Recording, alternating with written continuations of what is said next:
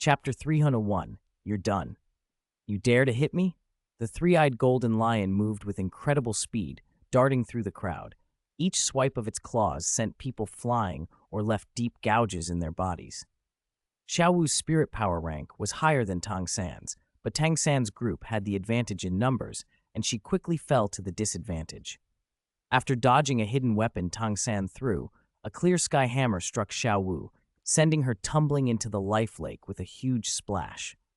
The three-eyed golden lion glanced at Xiao Wu and shook its head in disdain. This rabbit is weak, nowhere near my level.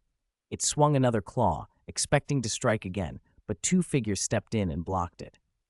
Tang Long and Tang Hu stood there, 6 spirit rings flashing on their bodies between them, 2 yellow, 2 purple, and 2 black, both direct disciples of the Clear Sky sect.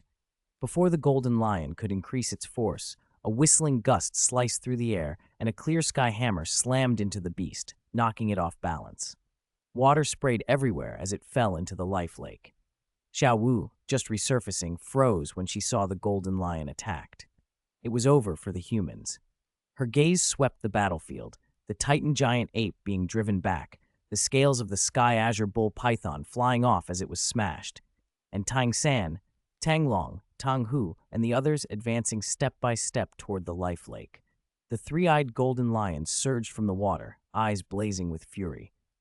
"Bastards!" it roared. "That broken hammer hurt me so much. I'm telling you, you're done. You actually dared to hit me. No one can save you today." Its shouts poured out in a stream of animal language the humans couldn't understand, but the anger in its gaze was clear. No one paid it much heed.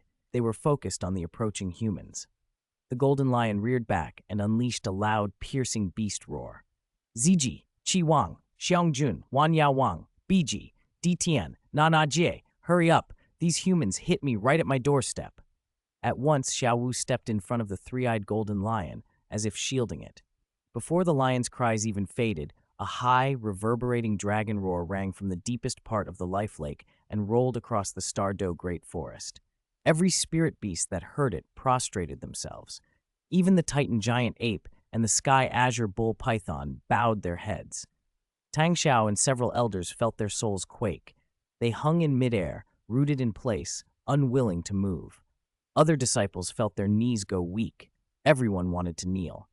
A figure appeared from the depths of the life lake and lifted the three-eyed golden lion effortlessly. The lion immediately jabbed a claw toward the humans and began to complain, voice high and indignant. "Ditian, they hit me. They actually dared to hit me. Even Nana Jie hasn't hit me, and they dared to hit me. I was minding my own business in the life lake, and they wanted to capture me. Look, they sent the little rabbit flying. Look at the Titan giant ape and the sky azure bull python. They even hit me. That broken hammer really hurt me. Ditian, you." Ditian's golden eyes swept toward the humans, radiating a majestic, oppressive aura. From the life lake, the other spirit beasts poured forth, each exuding tremendous power. Ditian handed the golden lion to Biji and strode toward the Titan giant ape and the sky azure bull python. An elder of the Clear Sky sect raised his clear sky hammer and hurled it, but Ditian caught it easily. With barely any effort, he crushed the hammer into glittering motes of light. He lifted a hand, spatial energy spiraling at his fingertips. Then he closed his and a mist of blood appeared in midair. Tang Xiao stared, horror-struck. Limit Douluo?" A fierce wave of shock rolled through him. To so casually slay a titled Douluo, this presence could only be that of a limit Douluo. "Retreat! Withdraw! Now!" Tang Xiao tightened his grip on his remaining hammer and ordered Tang San, Tang Long, Tang Hu, and the others to fall back. At once, Xiangjun, Qi Wang, and Ziji moved as well. The 3 remaining elders stepped forward to cover the disciples' retreat. Ditian, however, merely watched, unhurried. Even Xiao, the strongest human present, did not catch his notice enough to demand immediate action. Under the elders' cover, some people slipped outside the life lake's range and began to run. Xiangjun and Wan Yao Wang trailed behind, unhurried. Among those who broke free was Tang San. After a brief glance back, he unleashed Ghost Shadow Perplexing Track and slipped away from the group, heading off alone in a different direction. "A bit interesting," Xiangjun said without haste. "Those people over there are mine. The rest are yours." Then he pointed at Tang San and gave chase. Wan Yao Wang kept following the fleeing crowd at a measured pace. Tang San ran fast through the forest, glancing over his shoulder. At first, he could still see Xiangjun gaining on him, but gradually the figure vanished. Did I shake him off? He wondered, though he didn't slow down. A cold flash of motion came from behind him, and a chunk of flesh was torn away. Crimson blood sprayed into the air. You can run very well, came Xiangjun's low voice. He raised a huge bear paw and slapped Tang San's leg hard. Keep running, and let me see how long you can. Chapter 302, The Shock of the Spirit Master World. Feeling the pain tearing through his body, Tang San gritted his teeth and said nothing. Take your eyes off me, he warned, or I won't hesitate to gouge them out. Xiangjun's bear paw came down on Tang San's other leg with a sickening crunch that echoed through the trees. Tang San could only choke out a muffled groan. Lucky that you met me, Xiangjun rumbled as he planted a massive paw on Tang San's back, crushing his spine. Otherwise, you'd have been dead long ago. Don't say I didn't give you a chance. If you can leave the Stardew Great Forest, consider yourself lucky. With one last roar that drew nearby spirit beasts, Xiangjun turned and left, a cruel smile on his muzzle. Tang San lay broken where he fell. Back at the life lake, Ditian watched as Tang Xiao's body was struck by a killing blow and dissolved into a mist of blood before drifting down. Corpses were scattered across the clearing. One of them lay pinned beneath the paw of the three-eyed golden lion. The lion pressed down, snarling. You were the one who struck me just now, weren't you? Clumsy. How dare you hit me? Ditian reached down, gathered the three-eyed golden lion, and moved toward the deeper waters of the life lake. As they walked, a shimmering curtain of light appeared before them. Passing through it, they entered a long tunnel, alive with strange energy. Sealed along the tunnel wall was a giant white silkworm, its head rounded, body plump and translucent like white jade, faint halos and golden patterns flowing over it. When the silkworm's gaze met Ditian's, it closed its eyes without hesitation, feigning death. The three-eyed golden lion snorted. That's it? A million-year spirit beast? It leapt from Ditian's arms and padded toward the tunnel's far end. Beyond, the space opened into a surreal realm bathed in purple light. Life Qi here was extraordinarily rich. Lying at the center was a colossal silver dragon. Its body stretched for hundreds of zhang, 2 silver horns crowned its head, scales like hammered silver shimmered across its flanks, and a tail many zhang long trailed behind it. Vast wings folded along its sides. Its purple eyes radiated an unutterable nobility. Master, the matter has been resolved, Ditian said, dropping to one knee in the dragon's presence. The three-eyed golden lion bounded to the dragon's side and let out a series of triumphant roars. A gentle voice, deep and calm, issued from the dragon. Ditian, you may withdraw. The three-eyed golden lion may remain with me for now, it added. Yes, master, Ditian replied and retreated, leaving the lion in that strange, otherworldly space. Outside the forest, freelance spirit masters who had come to the Stardew Great Forest to hunt for spirit rings were horrified by what they found. Bodies hung from trees. The closest inspections revealed clothing unmistakably belonging to the Clear Sky sect. How could Clear Sky sect people be here? One whispered. They pressed deeper and found more corpses. Some were mangled beyond recognition, but the sect robes were unmistakable.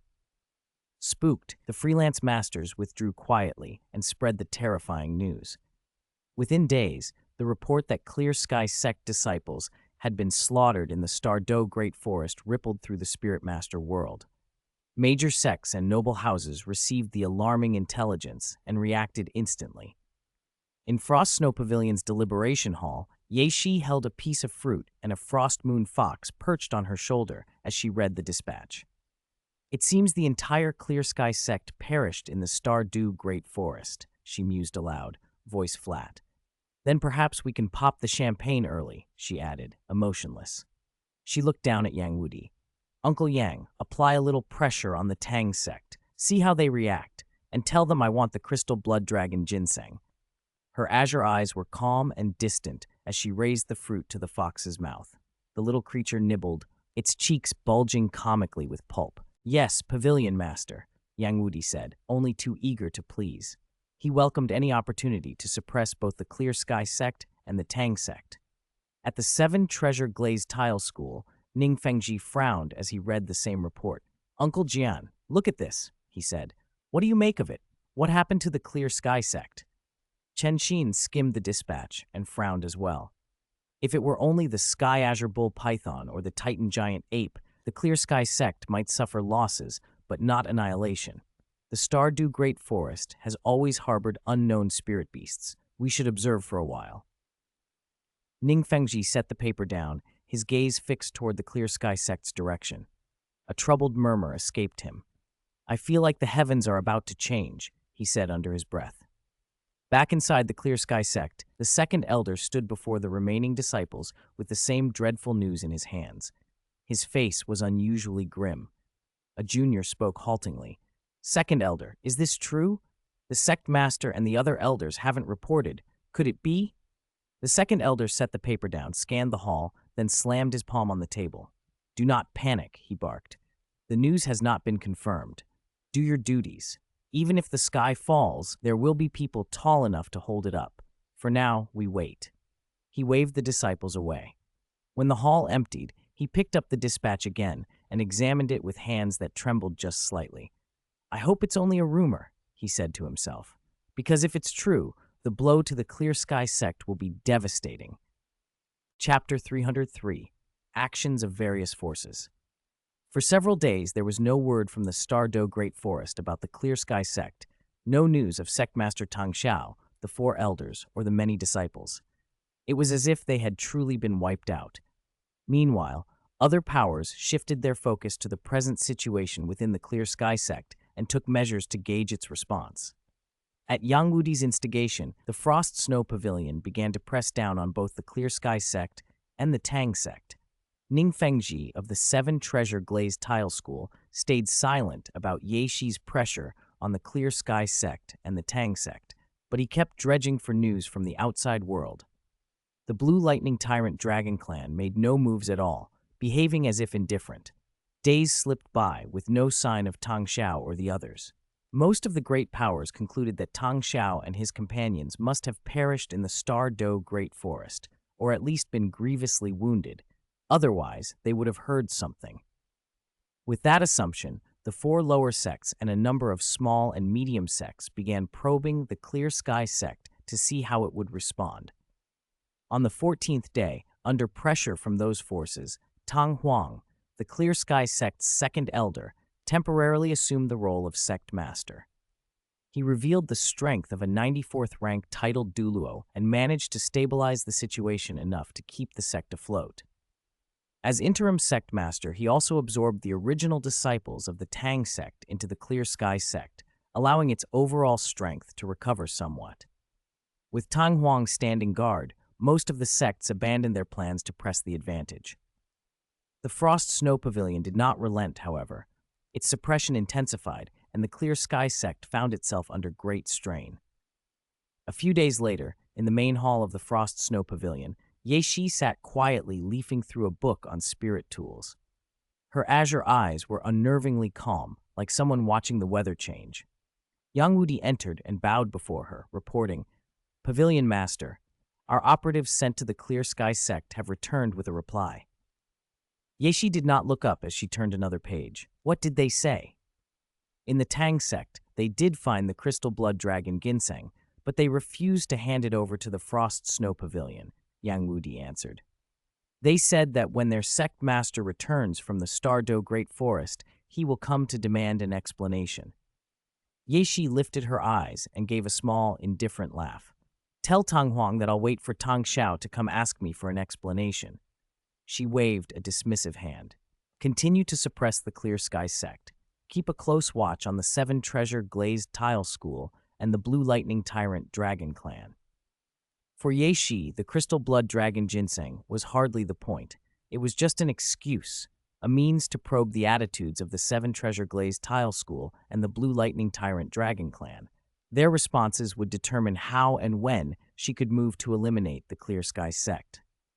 Yes, Pavilion Master? Yang Wudi answered, and he left to carry out her orders. Once he had gone, Ye Shi closed the book and rose. Ling Yuan, as always, stood a step behind her, silent and composed. After a moment, she left the pavilion and the two of them headed straight for the Tiando royal palace.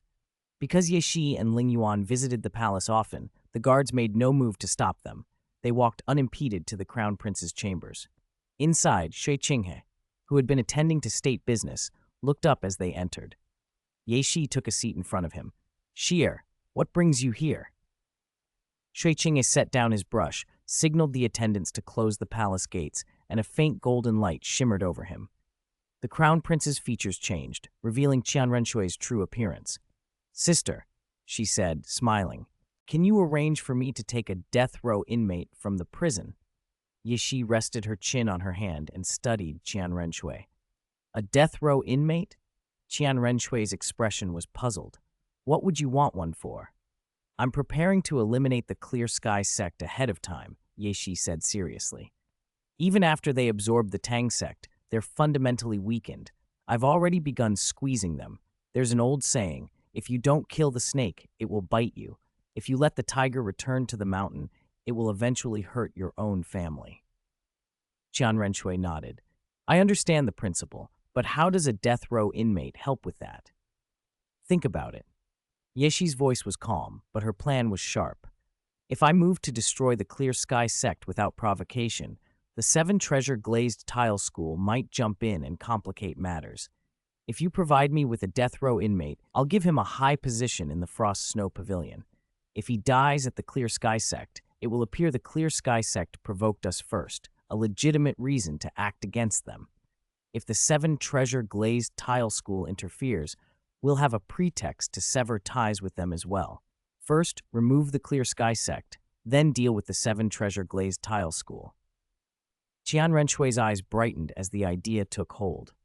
"So that's how you make something look legitimate," she murmured. A new avenue of thought had opened for her. She found it unexpectedly powerful. "Is one death row inmate enough?" she asked, eager. "Why not use a few? There are plenty in the prison." Qian Renshui's smile widened. "The more the better," Ye Shi said, thinking it over. "It will make the pretext more convincing." "Very well," Qian Renshui nodded. "Once you've handled your current matters, I'll take you to the prison to choose." Ye Shi inclined her head. The two exchanged a brief, sweet smile that carried a clear, mutual understanding. Then they turned their attention to plans that would soon set many forces in motion. Chapter 304, Ning Fengji's Choice. Watching Qian Renshui begin to handle state affairs, Ye Shi did not interrupt. She sat quietly while Ling Yuan thoughtfully placed a plate of fruit in front of her. Ye Shi smiled in gratitude and nibbled as she waited. Meanwhile, at the Clear Sky sect, Second Elder Tang Huang sat in the main seat with his eyes half closed, his fingers tapping absently on the armrest. He looked troubled. When a disciple entered with the latest news, Tang Huang opened his eyes and read it carefully. "When did the Clear Sky sect offend the Frost Snow Pavilion?" he muttered. "Why are they so fixated on us?" He sighed, helplessness in his voice. If this had been the old Clear Sky sect, Tang Huang would not have feared the Frost Snow Pavilion. At most, he would have been wary. But the situation had changed. The Clear Sky sect today was barely a shadow of its former self.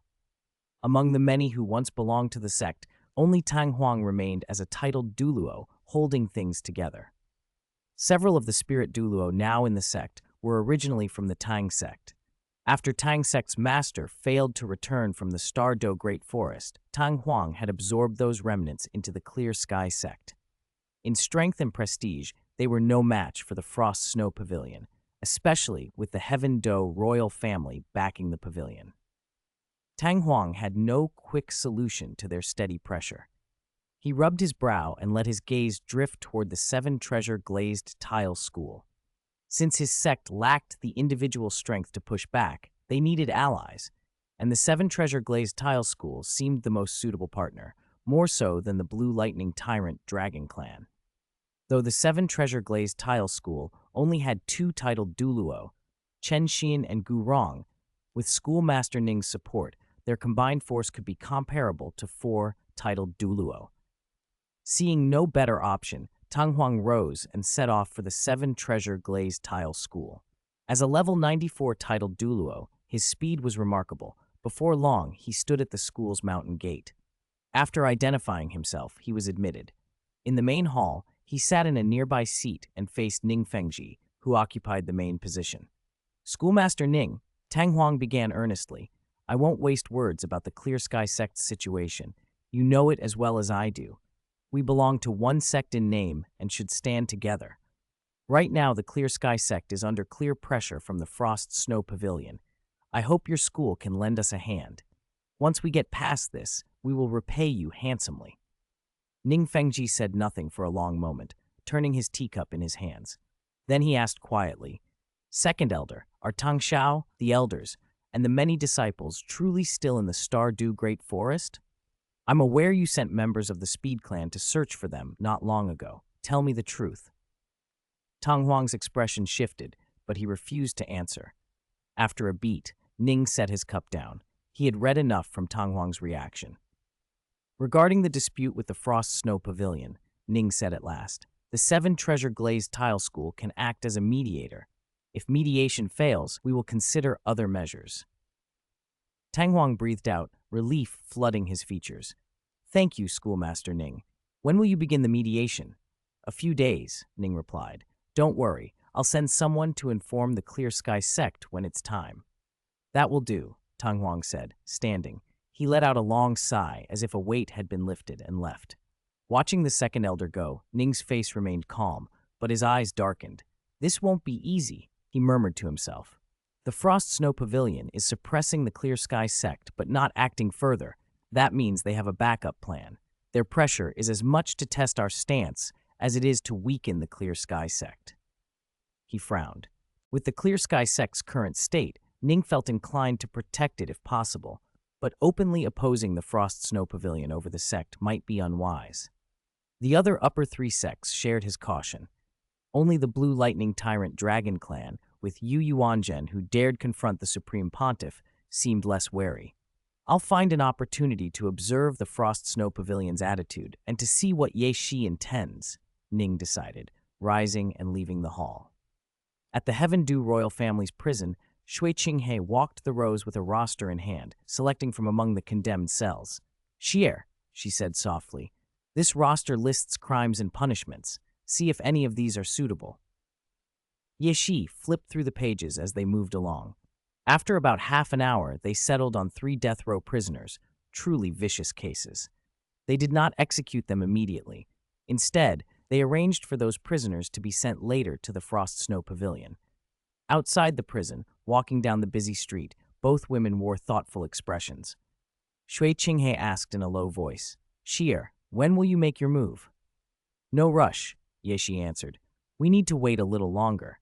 This kind of thing needs the right timing. I want to see how the 7 Treasure Glazed Tile School and the Blue Lightning Tyrant Dragon Clan react first. Shui Qinghe nodded. If you run into difficulties, tell me first. Rest assured, Ye Shi replied, patting her chest with confidence. You can trust me to handle it. Shui Qinghe smiled and patted Ye Shi's head. Chapter 303, Ning Rongrong's Visit. Feeling Shui Qinghe's small movements, Ye Shi blinked a few times and held her gaze on him. Seeing Shui Qinghe behave like that while wearing the fiend face still felt strange. If Qian Renshui had returned to her original appearance, she wouldn't have felt off. Shui Qinghe noticed Ye Shi watching and said softly, All right, I'll be careful. I won't make any intimate gestures while wearing Qian Renshui's appearance in the future. They walked together toward the Frost Snow Pavilion. After passing through several streets, they arrived at the pavilion's entrance. I'll leave you here, Shui Qinghe said. There are matters at the Imperial Palace. I'll come find you again tonight. Ye Shi nodded slightly as he left, then stepped into the hall. She glanced around, took the main seat, and pulled a book on spirit tools from her storage bracelet to read. The books were incomplete, but she had already pieced together enough clues to start buying materials and conducting preliminary experiments. Time slipped by. The sun dipped, the sky darkened, and more than 10 guards escorted 3 death row prisoners into the pavilion. The leader bowed to Ye Shi, his voice steady and authoritative. Pavilion Master Ye, by order of His Highness the Crown Prince, we escort 3 death row prisoners to the Frost Snow Pavilion. Understood, Ye Shi said. Leave them here. You may go. The guards bowed and left. Once the hall was empty, Ye Shi snapped her fingers and had someone unlock the prisoners' shackles. Your crimes all carry the death penalty, she told them. But I've reviewed your records and found you each have parents or wives and children. I can offer you a deal. Use your lives to help me with a task. If you succeed, I will give your families a generous reward so they can live in comfort. If any of your children become spirit masters, I can send them to the best academies for proper training. What do you say? Her fingers twirled lightly. Her gaze was calm, almost serene. The three prisoners exchanged looks, surprise at the unexpected reprieve, and quickly knelt. Pavilion Master, we are willing, they answered in strong, resolute voices. Yeshi nodded with satisfaction. You will stay here in the Frost Snow Pavilion for now. It won't be long, 2 or 3 days at the shortest, 5 days at the longest. Then it will be time for you to act. During these days, your food, clothing, and lodging will be provided by the pavilion. Consider it a chance to enjoy your final moments. She waved to have them escorted away to rest. The prisoners bowed respectfully and followed the attendant out. Yeshi watched their retreating figures, fingers still twirling, lost in thought for a moment before she returned to her usual poise. Just as she rose, a steward entered. Pavilion Master, the young miss from the 7 Treasure Glazed Tile School, is waiting at the entrance. She says she wishes to see you. Ning Rong Rong? Yeshi asked, a hint of puzzlement flickering across her face. Their relations in Heaven Do City were no secret. They had never gotten along. Still, Yeshi sat back down and said, Let her in. The steward bowed and left. Soon, Ning Rong Rong appeared in the doorway. Her clear eyes were a mix of conflict, hesitation, and firm resolve. She walked to the center of the hall, looked up at Yeshi, and asked, May I speak with you? Yeshi's tone was neither warm nor cold. What do you want? Ning Rong Rong's voice wavered with uncertainty. Is it possible for a food system spirit master to have combat ability, not just basic fighting skills, but spirit abilities, enough to protect themselves? Her gaze toward Yeshi was complex. She and Yeshi had never been close. Ning Rong Rong felt like she was losing face by asking, but because of circumstances involving others, she had to seek Yeshi's answer. Yeshi reclined, propping her head on her hand. Her silver hair fell naturally, and her blue eyes turned thoughtful. Ning Rong Rong had only stayed a short while at Shrek Academy, but since the Spirit Master tournament began, Ning Fengji had been closely tied to Tang San. The rise of the Tang sect and the resurfacing of the Clear Sky sect bore Ning Fengji's influence. It wasn't impossible that Ning Rong Rong might reconnect with Shrek Academy's talents. In particular, there was Oscar, an exceptional prodigy. He was the first innate, full spirit power food system spirit master in the continent's history. If anyone at Shrek Academy had the greatest potential to achieve godhood, Yeshi thought it would be Oscar. As for the others, Tang San's fate was still uncertain. Ma Hongjun couldn't resolve the problem of his demonic fire. Ning Rong Rong herself was likely to remain a spirit saint without surprises. Dai Mubai couldn't solve the Star Luo Empire's troubles. Juju King was in Spirit City, and Xiao Wu had returned early to the Star Do Great Forest. Ning Rong Rong watched Yeshi closely. When Yeshi didn't immediately refuse, Ning Rong Rong's eyes brightened. There was hope. If it were impossible, Yeshi would have dismissed it outright. Her hesitation suggested otherwise. Chapter 314. Are you sure you want to use this favor? Watching Ning Rong Rong's eyes brighten, Yeshi couldn't help but laugh softly. It's common knowledge that a support-type spirit master's personal combat ability is practically negligible. But nothing is absolute. There might be a way to give a food-type support spirit master some combat power. I know of a spirit beast whose spirit ability could do that. But why should I tell you? Yeshi's eyes fixed on Ning Rong Rong, a teasing glint in them. For most support-type spirit masters, she might not have an answer. Who would research something like that for no reason? But when it came to a food system, Yeshi did have information. The clue came from just remembering the right thread of events. Ning Rong Rong fell silent, weighing the offer. After a long moment, she bit her lip and met Yeshi's gaze with resolute eyes. You owe the 7 Treasure Glazed Tile School a favor. Tell me what you know, and whatever debt exists between you and the school will be settled. I'll speak to Father myself. Ning Rong Rong's voice was firm, decisive. Then she asked, Are you sure you want to use this favor? You made my father go to great lengths to make me owe this favor back then, Yeshi said, straightening. I'm sure. All right. Ning Rongrong sounded like she'd made up her mind. But one thing, how did you come to me about this? Yi Shi considered for a moment. Because of your spirit ring. I remember your original first spirit ring was a 100-year ring. When you came to the 7 treasure glazed tile school last time, it had become a 1,000-year ring. If you have a way to increase a spirit ring's age, I thought you might have a way to give a food system a combat edge. Ning Rongrong admitted the truth. Yi Shi nodded and moved on. In the far north, there's a very rare spirit beast called the Mirroring Beast. Absorbing one might grant the ability to mirror. The mirror itself doesn't fight, but the mirroring ability could be applied. Whether you can find a mirroring beast, and whether you'd gain the mirroring power by absorbing its spirit ring, that all depends on your own luck. From now on, we owe each other nothing, Ye Shi added, and remember to tell your father. She brushed a stray hair behind her ear and smiled. Ning Rongrong glanced at her, then turned and left Frost Snow Pavilion without hesitation. Ye Shi watched her go, said nothing, and rose to head back to her lakeside pavilion. Outside Frost Snow Pavilion, Ning Rongrong breathed a long sigh and cast a wry look toward the 7 treasure glazed tile school. I hope father won't be angry, she muttered, then headed toward Shrek Academy.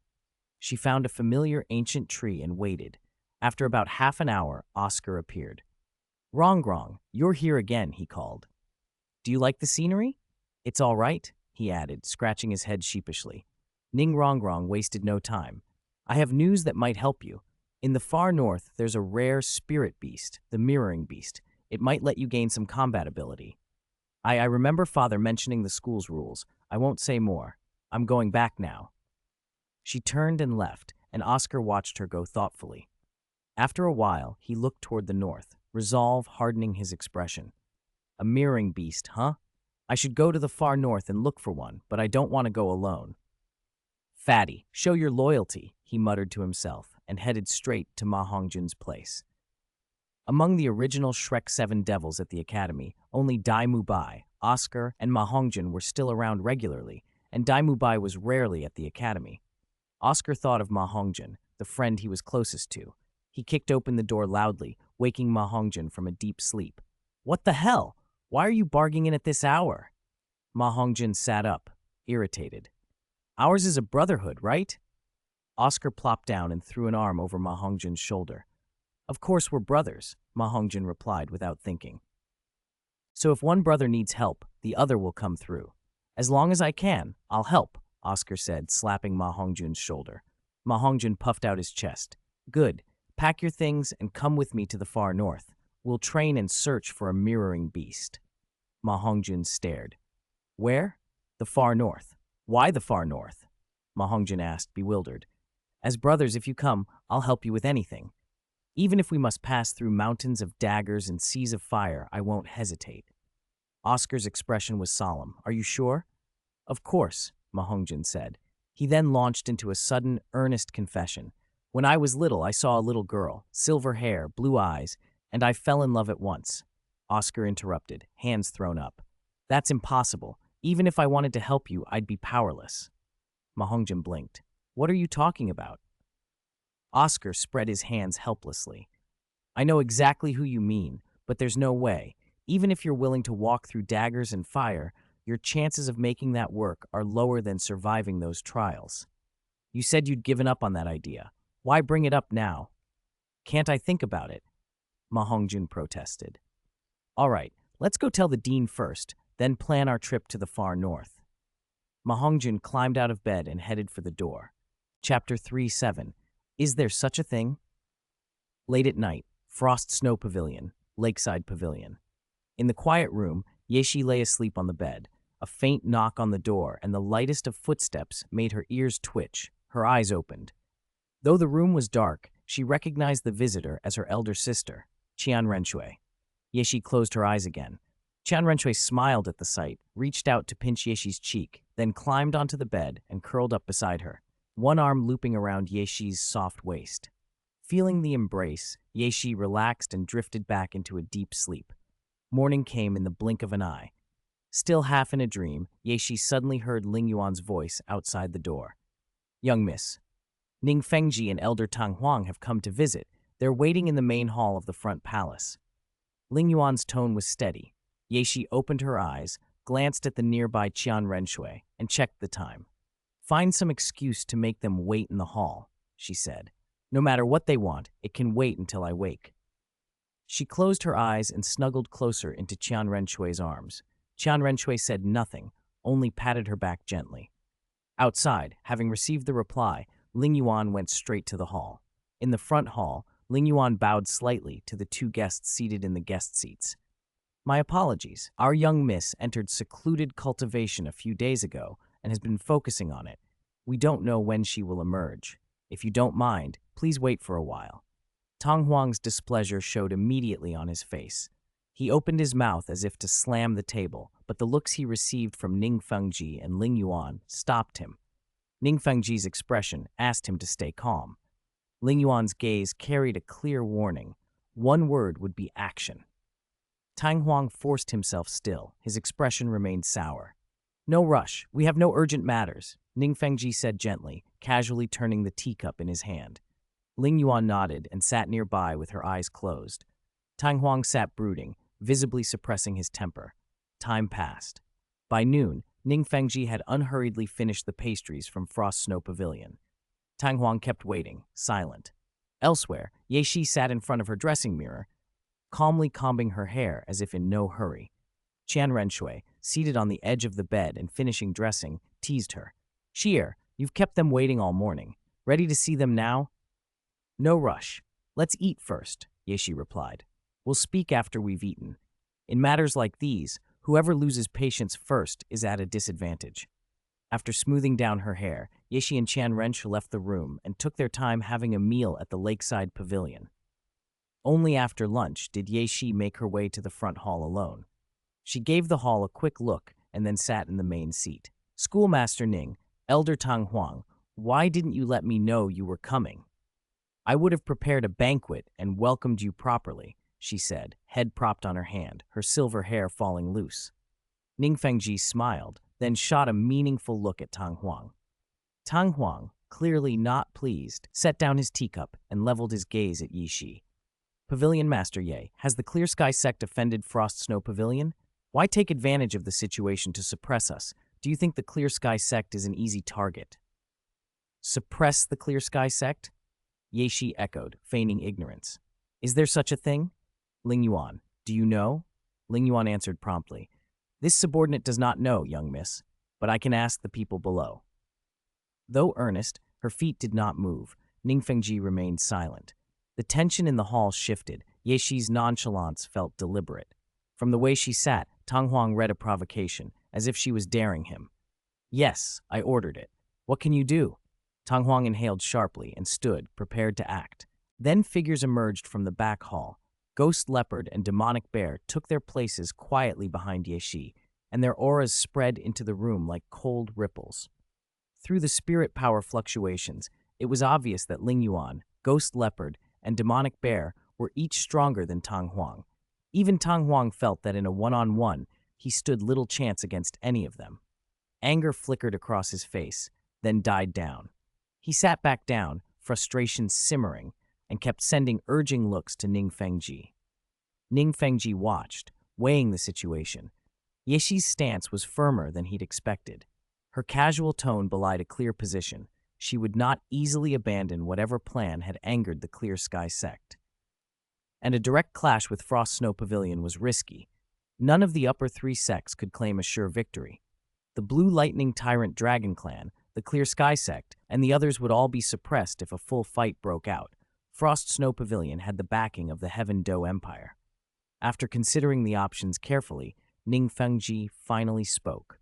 If it's a misunderstanding, then let it go, he said at last. Then, with a smile, he added, I heard Pavilion Master Ye has been looking for a crystal blood dragon ginseng. Elder Tang Huang brought one. At the same time, Tang Huang produced the crystal blood dragon ginseng and placed it on the table. The hall fell silent. Ye Shi turned her cerulean eyes to the ginseng. She lightly rubbed her fingertips together and remained extraordinarily composed, her expression unchanging. Chapter 308. It's all a misunderstanding. Master Ning is right, Ye Shi said. If it's truly a misunderstanding, let's leave it at that. I can't just accept the crystal blood dragon ginseng for nothing, Tang Huang protested. How about this, Ye Shi continued, smiling gracefully and folding her hands. I'll have the senior members of Frost Snow Pavilion send some supplies to Clear Sky Sect as compensation. Her expression was sincere. Ning Fengji and Tang Huang exchanged surprised looks. Things were moving far too smoothly. A sliver of unease flashed through Ning Fengji's eyes. Ye Shi never acted without profit. Obtaining the crystal blood dragon ginseng and stopping there would be the best outcome for her. It was unthinkable that she would spend Frost Snow Pavilion's resources on a single herb unless there was a greater advantage in it. After all, she had once personally gone to Spirit Hall with Ling Yuan to beat up Platinum Bishop Solace after he burned a batch of Frost Snow Pavilion's supplies. Ye Shi wouldn't take such risks without a clear gain. There had to be more to this. Ning Fengji's face gave nothing away, but inside his mind was a whirl of possibilities. Tang Huang felt the same, but couldn't pinpoint why. Since Elder Tang Huang doesn't object, it's settled. I'll have our senior members prepare the supplies right away and send them to Clear Sky Sect to help you through this difficult period, Ye Shi said, fixing Tang Huang with a steady look. Many thanks, Pavilion Master Ye, Tang Huang replied after a moment's thought. He could maintain a polite tone, but the unease lingered. Ning Fengji had been silent the whole time. His instinct told him something wasn't right, though he couldn't locate the source. There are still matters to attend to at Frost Snow Pavilion. If that's all, I'll return to the back hall, Ye Shi added, standing as if to leave. Ning Fengji and Tang Huang rose politely and followed her out. Only after they left did Ye Shi turn to Ling Yuan. Prepare a batch of supplies and have those 3 death row prisoners deliver them to Clear Sky Sect. And give them Hall Master tokens, she continued. To the outside world, they'll be Frost Snow Pavilion's Hall Masters. You know what to do with the rest, right? Ling Yuan bowed. Yes, young miss, I understand. He moved to make the arrangements. Ye Shi put the crystal blood dragon ginseng away and walked back to Lakeside Pavilion. Once inside her quarters, she found Qian Renshui sitting on the bed and strode over, dropping down to sit with her. You look pleased, Qian Renshui said, pinching Ye Shi's cheek. Of course, Ye Shi grinned. The crystal blood dragon ginseng and the yearning heartbroken red, used together, their effects complement one another. Together, they might even revive the dead, Ye Shi added softly, winding her arm around Qian Renshui's neck. Qian Renshui frowned, thinking. She remembered Ye Shi had once brought back the yearning heartbroken red while gathering immortal herbs, but the strenuous harvesting conditions had made it impractical and it had been set aside. Now, seeing Ye Shi so hopeful, curiosity and a spark of possibility lit in her eyes. Ye Shi took the yearning heartbroken red from her storage bracelet and, following the proper method, began to pick it carefully. Soon, the room filled with delicate laughter like silver bells. The yearning heartbroken red had been properly harvested and was placed next to the crystal blood dragon ginseng. Ye Shi leaned her head on Qian Renshui's shoulder, smiling. What should we do with them? Keep them for now, Qian Renshui said, holding Ye Shi at the waist. What if they have a great use later? Ye Shi considered it and nodded seriously. Qian Renshui closed her eyes, content to savor the quiet intimacy. Meanwhile, on the path back to the 7-treasure glazed tile school, Ning Fengji was thoughtful and silent. Master Ning, I haven't known her long. Do you think sending those supplies could be a problem? Tang Huang asked softly as they walked. I don't see an issue, Ning Fengji replied, but his gut told him otherwise. It felt too neat, too much like a plan with hidden contingencies. If Ye Shi had any backup schemes, they could unfold later when everyone relaxed. Yet if it was only about supplies, he couldn't understand why she would go to such lengths. We'll inspect the supplies when they arrive, Tang Huang said, just in case Frost Snow Pavilion tries any tricks. Ning Fengji nodded. Be on alert. I hope we're only being overly suspicious. They left Heaven Do City and returned to the 7-treasure glazed tile school and Clear Sky Sect. Once back at the school, Ning Fengji took his place in the main hall and sent a disciple away with orders. Have someone keep an eye on everything the Frost Snow Pavilion does recently. Report to me immediately if anything unusual happens. Yes, sect master, the disciple answered and hurried off. Ning Fengji stood at the window and stared up at the blue sky, rubbing his forehead. I hope I'm overthinking this, he muttered, a headache pressing at his temples. Gu Rong and Ning Rongrong arrived and entered the hall. Ning Rongrong opened her mouth to speak, but Gu Rong quietly shook his head. He could tell Ning Fengji was in no mood for discussion. It would be better to wait until the sect master's spirits improved before bringing up using favor points. Ning Rongrong wisely fell silent and remained behind Ning Fengji, watching him with concern. Chapter 309. You, the Haotian sect, are blocking the way. The next morning, before dawn, 2 carriages were parked at the entrance of Frost Snow Pavilion, while stewards moved crates and trunks onto them without pause. When both carriages were fully loaded, 3 figures escorted them out toward the Clear Sky sect. Yeshi watched until the carriages dwindled into the distance. Her gaze was unusually deep. She clicked her fingers softly, and from the shadows behind her, Ling Yuan and Ghost Leopard stepped out, each moving off in a different direction. Clear Sky Sect, the show is about to begin, Yeshi murmured, then turned and walked back into the pavilion. On the road to Clear Sky Sect, Peng Ming sat at the front of one carriage, his eyes unreadable. He and the 2 men with him had once been death row prisoners of the Heaven Do Empire.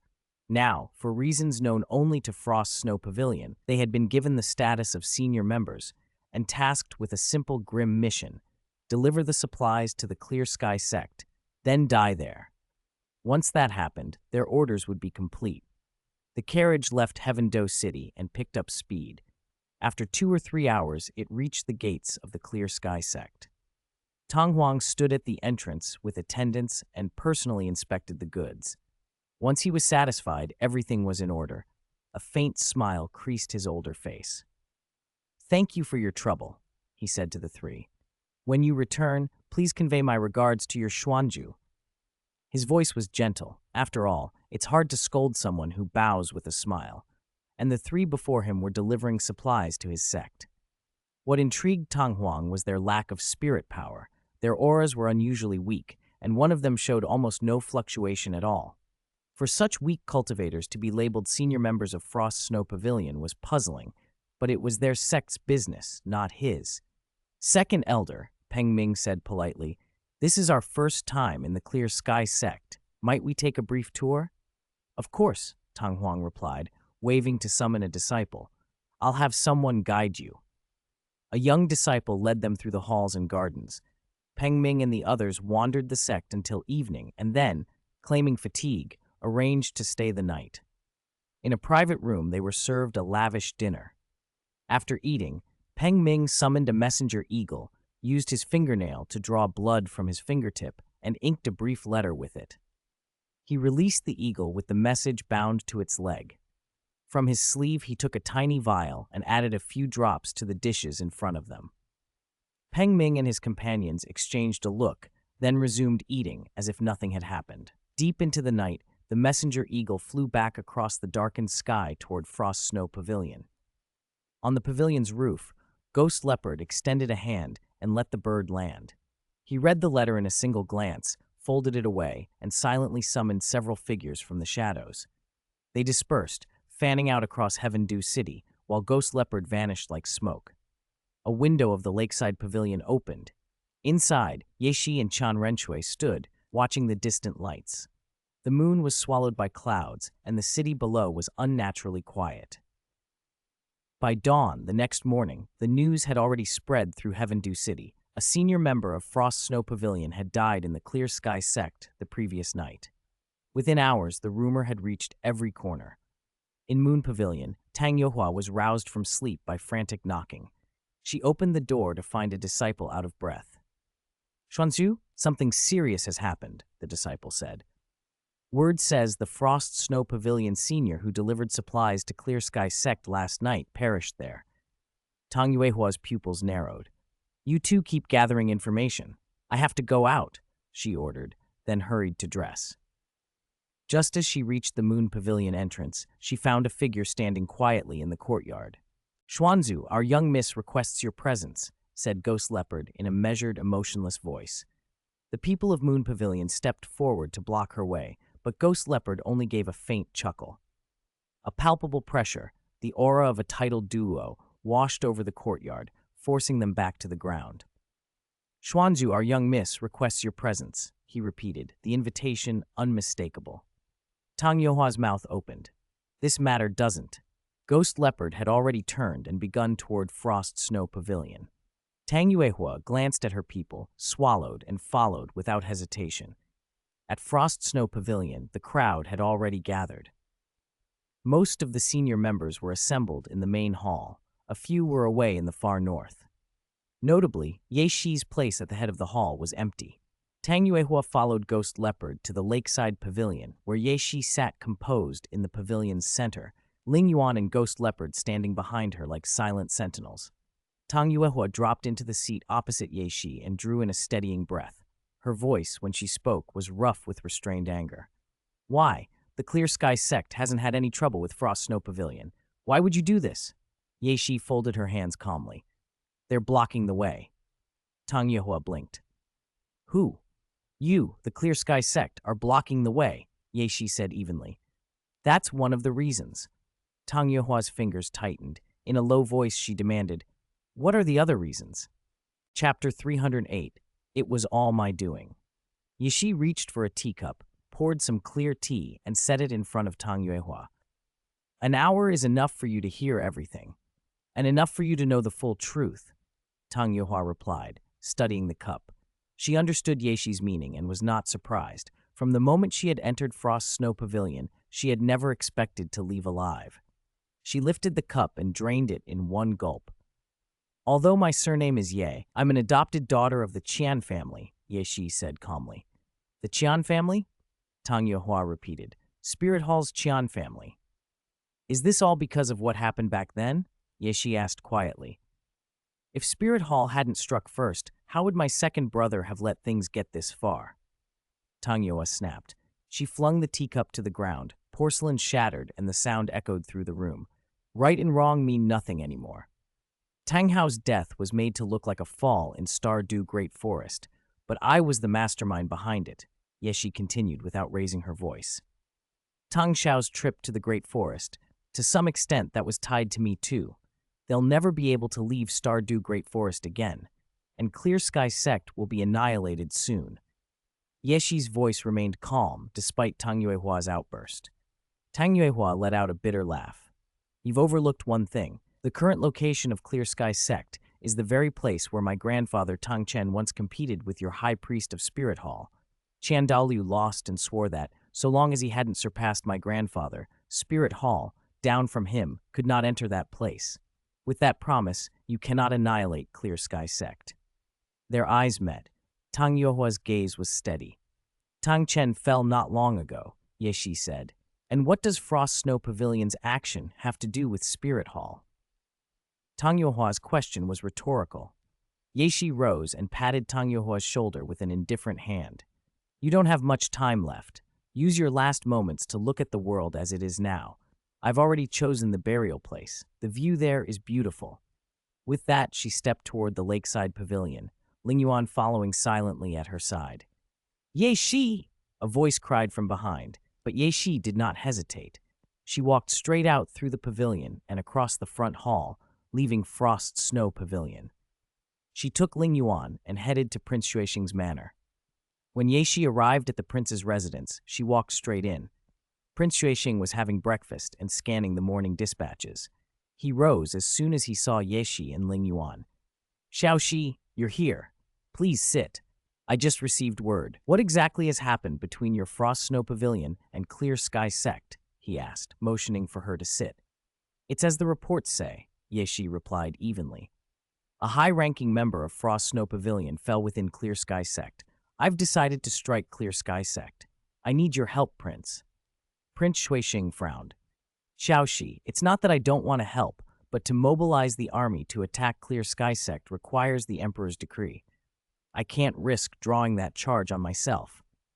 Ye Shi pointed toward the direction of the 7-treasure glazed tile school. "I don't want you to attack Clear Sky Sect." "Then what do you want?" the prince asked, puzzled. "You have military command," Ye Shi said. "I only need you to make a show of force, blockade the road that leads to Clear Sky Sect. Prince Shui-Xing looked toward where she pointed, considering. Heaven Do City, the capital of the Heaven Do Empire, had 3 military forces: the City Guard, the Imperial Guard, and the army under Prince Shui-Xing's command. Though not huge, his troops were more than enough to seal off the route to Clear Sky Sect. "I can do that," he said slowly, "but if His Majesty learns of this and punishes me—" "I'll speak a few good words for you when the time comes," Yeshi interrupted, meeting his eyes. "That will be enough." Prince Shui-Xing waved a hand and smiled. "Then you have my thanks, Xiaoxi. I'll act as you ask." Yeshi nodded and left. Prince Shui-Xing stood and followed her out to carry out the plan. Meanwhile, at Clear Sky Sect, Tang Huang had received the news and rushed straight to the residences of the 3 senior members who had died. Seeing their corpses, his face went dark. "I guarded against everything, but even so, I couldn't prevent this," he muttered. "Yeshi, you truly are ruthless." "Order all Clear Sky Sect disciples to be on high alert," Tang Huang commanded, "and send men to the 7 Treasure Glazed Tile School and the Blue Lightning Tyrant Dragon Clan for aid." His orders were relayed at once. 2 trusted disciples set out, one heading to the Glazed Tile School and the other to the Blue Lightning Tyrant Dragon Clan. "I hope it isn't too late," Tang Huang murmured, staring into the distance.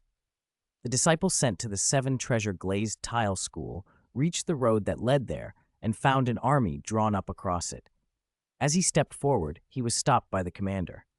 "Acting under orders, this area is temporarily blockaded. No entry, no exit," the commander announced. Seeing nearly 3,000 soldiers in full armor across the road, the disciple knew there was no point in forcing his way through. He turned and retreated to report the situation to Tang Huang. The disciple, who had gone to the Blue Lightning Tyrant Dragon Clan, returned empty-handed as well. Chapter 311, War Preparations, 7 Treasure Glazed Tile School. Ning Fengji stared at the message in his hand, eyes deep with calculation. "Fengji, this situation makes things difficult for the Clear Sky Sect. Should our school help the Clear Sky Sect?" Chen Jin, seated lower, looked at Ning Fengji with a questioning gaze. "The Clear Sky Sect." Ning Fengji sighed softly, shaking his head. Under Chen Jin's puzzled look, he explained, "It's not just a bit difficult. I estimate that the Clear Sky Sect may not exist on the continent much longer, and even the Clear Sky Hammer Spirit could be at risk of extinction." A high-ranking member of Frost Snow Pavilion was killed within the Clear Sky Sect, which gives Frost Snow Pavilion a pretext to attack. Seizing Tang Yuhua from the Moon Pavilion already shows Frost Snow Pavilion's intentions. The Heaven Do Empire's forces have blockaded the route to the Clear Sky Sect, preventing them from seeking outside help. Even if we wanted to assist, our first obstacle would be the Heaven Do army. If I'm right, Frost Snow Pavilion has another trump card coming. Ning Fengji's voice dropped lower as his gaze drifted toward the school's main gate. He had considered helping the Clear Sky Sect, but quickly abandoned the idea. Frost Snow Pavilion was far stronger than the current Clear Sky Sect. He couldn't tell whether the blockade was Prince Xing acting on his own or if Emperor Shuiye was signaling from behind. If the latter, intervening would risk enmity with both Frost Snow Pavilion and the Heaven Do royal family. The Clear Sky Sect had dwindled to a few stragglers. Even if they were saved, they would likely decline unless an exceptional talent emerged. After weighing the pros and cons, Ning Fengji concluded it would serve the 7 Treasure Glazed Tile School best to feign ignorance. A trump card? Chen Xin looked toward Ning Fengji's line of sight, but saw nothing. "They really have one. There will be one," Ning Fengji said calmly. "If nothing unexpected happens, it's meant to keep Yuan Zhen and me from being able to act." Chen Xin fell silent, then waited with Ning Fengji. Half an hour later, a disciple entered the main hall and knelt before Ning Fengji. "Sect Master, Your Highness the Crown Prince has arrived." Ning Fengji glanced at Chen Xin with an expression that said, "As expected." Chen Xin rose, preparing to accompany Ning Fengji to greet the prince. From what he knew of Ning Fengji, the arrival of Crown Prince Shui Qinghe certainly called for a formal reception. As expected, Ning Fengji stood from the main seat and took Chen Xin with him. At the school's gate, Shui Qinghe waited with his hands clasped behind his back. When Ning Fengji arrived, He bowed slightly. "Crown Prince, Your Highness," Ning Fengji greeted, cupping his hands. "Teacher, I've come to invite you to a banquet," Shi Qinghe replied politely. "Our royal family is hosting a dinner tonight and has invited the Seven Treasure Glazed Tile School and the Blue Lightning Tyrant Dragon Clan. Besides, it's been a long time since you visited the palace. Imperial Father often asks about you." "We will attend as invited," Ning Fengji said. "There have been many affairs at the school recently, which is why I haven't come to the palace." Ning Fengji smiled gently, though inside he was far from calm. The reason he'd avoided the Tiando Royal Palace in recent years was clear. The Heavendo royal family had shifted its support from the Seven Treasure Glazed Tile School to Ye Shi's Frost Snow Pavilion. With that alignment set, Ning Fengji had no desire to invite trouble.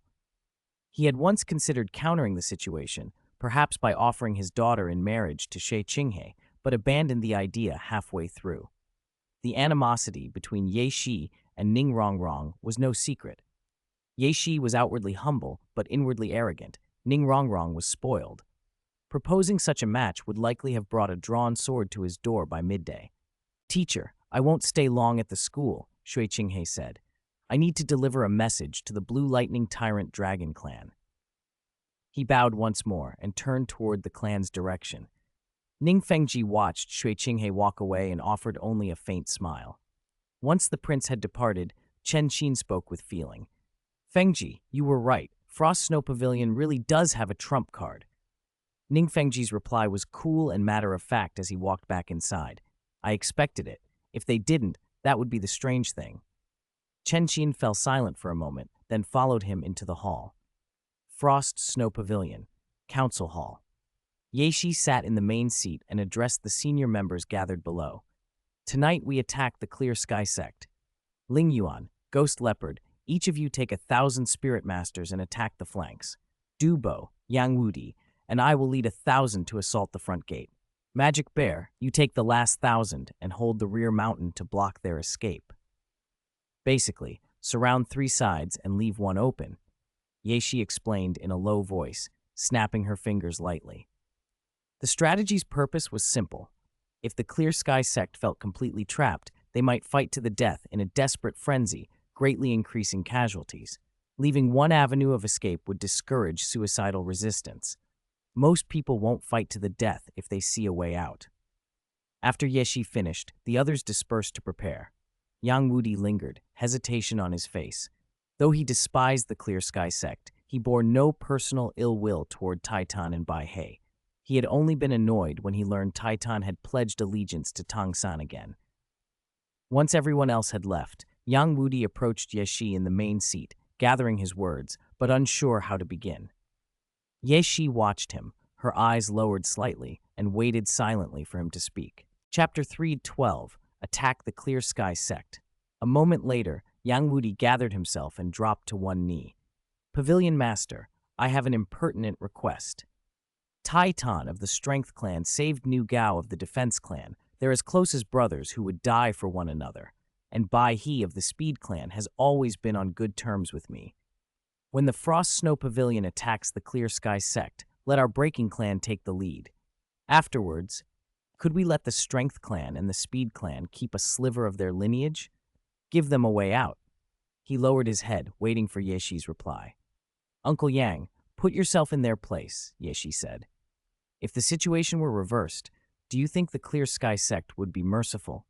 If you don't finish off a snake, it will bite back. If you let a tiger return to the mountains, it will harm your family. You know that." "I'm not unwilling," Yang Wudi said, "but can you guarantee those clans will let go of their hatred afterward and won't oppose you?" Ye Shi toyed with the armrest, watching him.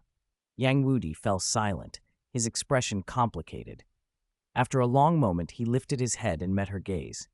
"Pavilion Master, let me keep any survivors within the Breaking Clan. I'll confine them to our compound for the rest of their lives. If any of them ever leave our residence, you won't need to say a word. I will deal with it personally." Ye Shi tapped the armrest thoughtfully, considering. "Very well. When this is over, if there are survivors from those 2 clans, leave them to Uncle Yang." She rose from her seat and walked toward the lakeside pavilion. "Thank you," Pavilion Master, Yang Wudi murmured, bowing to her retreating figure. Only when her footsteps had faded did he rise from the floor and mutter under his breath as he turned away. Taitan, Bai He, you chose the wrong side. Especially you, Bai He. If you had joined the Frost Snow Pavilion back then, none of this would have happened. He left the hall. Inside the Frost Snow Pavilion, everything from top to bottom was alive with preparation. Spirit Masters assembled in neat ranks.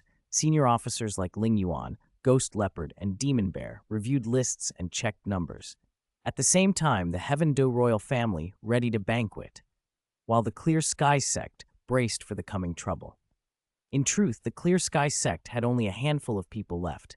There was little they could do but reinforce their defenses. Night fell. The moon hung dim and a cold wind stirred. A dark, windy night, perfect for arson and murder, Yeshi murmured. She snapped her fingers and was the first to step out of the pavilion.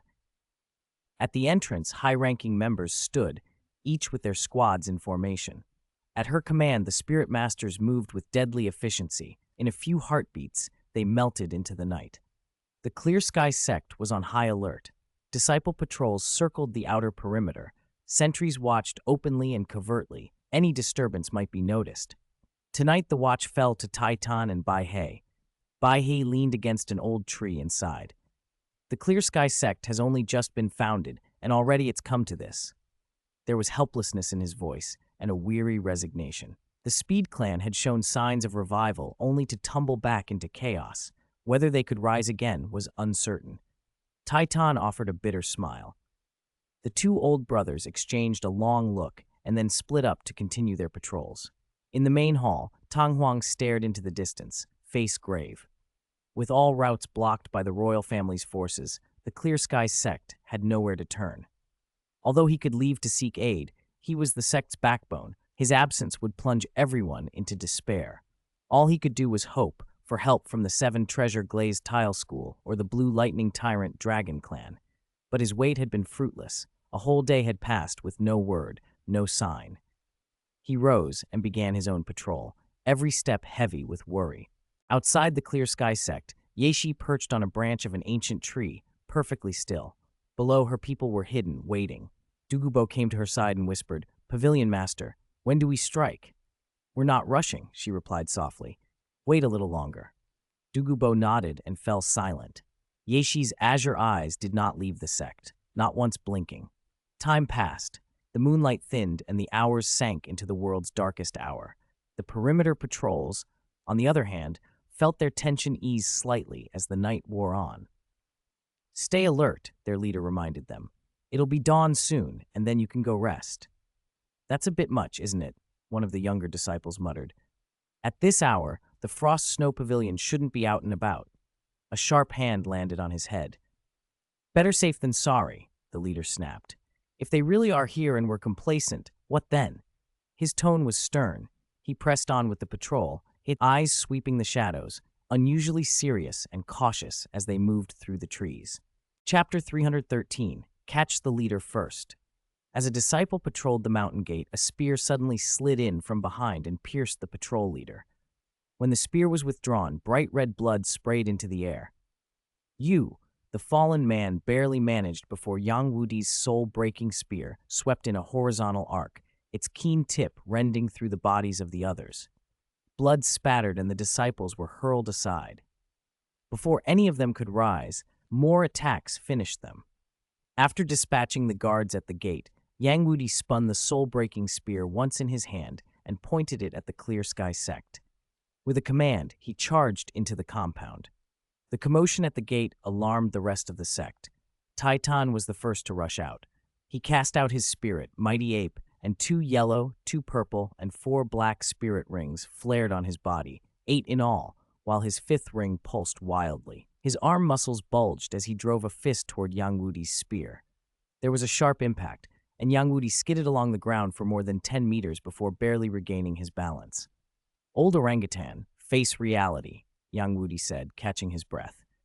"If you surrender now, I can ask the Pavilion Master to spare your strength clan." "What's so admirable about Tang Hao?" "Tang San is no different. Both are scourges. Back then, Tang Hao provoked Spirit Hall. Now Tang San's actions nearly wiped out the Clear Sky Sect's sect master and elders in the Star Do Great Forest. Think of your clan. He didn't pause. The soul-breaking spear, humming with unyielding force, drove at Titan. Titan replied, voice steady. You and I serve different masters. There's no need to hold back. I've already chosen, no regrets. If it's death, then so be it, Titan answered, and they collided again. Their duel made a vacuum at the gate. Both Clear Sky Sect disciples and Frost Snow Pavilion members instinctively gave them room. Titan relied on pure strength, Yang Wudi on pure offense. Though their spirit ranks weren't far apart, Yang Wudi had subtly gained the upper hand early in the fight. Meanwhile, the Frost Snow Pavilion had breached the Clear Sky Sect. Ling Yuan and Ghost Leopard, attacking from other angles, tore into the compound. For a time, flames billowed up across the sect. From a rooftop, Yeshi watched the chaos below. She saw Tang Huang charging out of the main hall with a clear sky hammer the size of a small mountain, only to be intercepted by Ling Yuan and Ghost Leopard in a brutal aerial clash. Dugubo, who had been beside Yeshi, moved as well to confront Dragon Duke Mengshu and Snake Matron Chao Tianxiang below. Yang Wudi versus Titan, she counted inwardly. Dugubo against Mengshu and Chao Tianxiang. Ling Yuan and Ghost Leopard versus Tang Huang. It looks like Bai He is still missing. Yeshi scanned the compound. Hidden in the shadows, Bai He watched too. Once he realized how lopsided the battle was, he abandoned any idea of reinforcing his allies. It wouldn't change the overall outcome. His best chance for turning things around was to take Yeshi, catch the bandit first, catch the king. If he could capture her, the situation might flip. Standing alone on the rooftop without obvious guards, Yeshi looked like a prize Bai He, an 8-ring spirit Douluo of the Speed clan, could seize.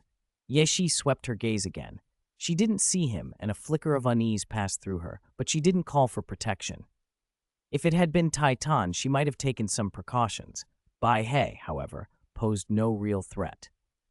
Among the 4 single-attribute clans, Yang Wudi of the Breaking clan was the strongest. Between Titan of the Strength clan and Niu Gao of the Defense clan, strength was comparable. The weakest was clearly Bai He of the Speed clan, little attack power, little strength, little defense, built on pure agility. Even so, Yeshi was only a 6-ring spirit emperor. With her spirit power fully unleashed and wielding 2 divine artifacts, she was no weaker than an ordinary spirit Douluo and could go toe-to-toe with a titled Douluo. A strong gust of wind ruffled her silver hair.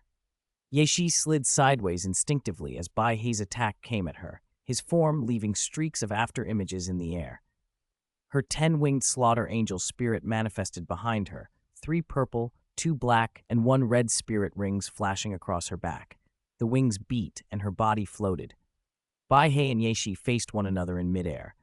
My strength may not match others, but when it comes to speed, not even a titled Douluo can touch me, Bai He boasted, his voice echoing mid-flight. Yeshi's eyes narrowed. Bai He, have you heard this saying? She asked calmly. Time is supreme, space is king. If fate doesn't appear, karma rules. Bai He frowned in confusion. Yeshi snapped her fingers. A spatial rift tore open beside her. On the other side, an instant later, the Crown Prince's palace at the Tiando Royal Palace appeared. Shilong and Shishui, assigned to guard Renshui, stared at the rift in bafflement. What is this? Shishui asked. You stay here, Shilong said. I'll go see. He stepped through. When Shilong rematerialized above the Clear Sky Sect, he saw Bai He charging straight at Yeshi. There was no time to hesitate. Shilong's snake lance spirit formed in his hand, and he planted himself between Yeshi and Bai He to meet the attack. The lance caught the brunt of Bai He's charge. Young miss, don't panic, Shilong said, voice grave. Your subordinate is here. Panic, Yeshi replied, unruffled. When did I panic? If you hadn't come, I was already planning to go myself. Shilong blocked professionally while Yeshi, floating serenely, scowled playfully at him. She could have used the rift to link to Spirit Hall or the far north and summon titled Douluo or the Snow Empress to turn Bai He inside out. But she chose not to. Why waste such theatrics when a simple guard would do? She settled back on the air and watched, amused. Chapter 314, Destroy Houchen Sect. Chapter 312, The Annihilation of the Clear Sky Sect. Bai He stared at Shilong, who had suddenly appeared, bewilderment in his eyes.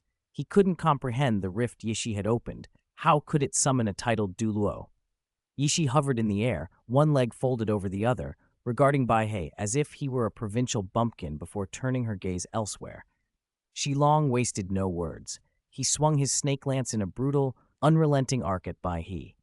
The lance struck Baihei in the abdomen, sending him crashing to the ground and cracking the earth beneath him.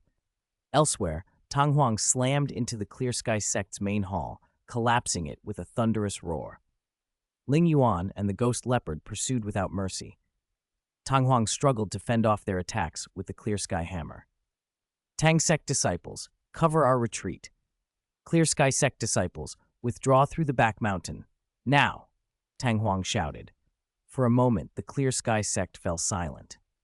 Tang sect members turned toward Tang Huang with shocked, resentful faces.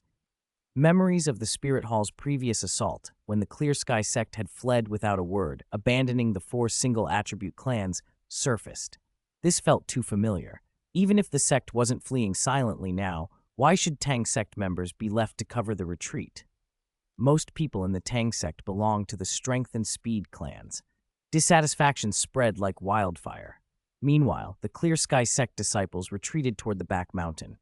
This is classic Clear Sky sect behavior, Yishi murmured, her 6th spirit ring flashing. 6th spirit ability, Ice Sword Judgment. Countless ice swords condensed and plunged toward the fleeing Clear Sky sect disciples. At the mountain gate, Yang Wudi laughed aloud after hearing Tang Huang's command. "Titan, did you hear that?" he called. "The Clear Sky sect is still the same. After all these years, they haven't changed," Titan replied with a weary sigh. Yang Wudi drove his soul-breaking spear forward. The spear didn't pierce Titan so much as slam down nearby, knocking him unconscious.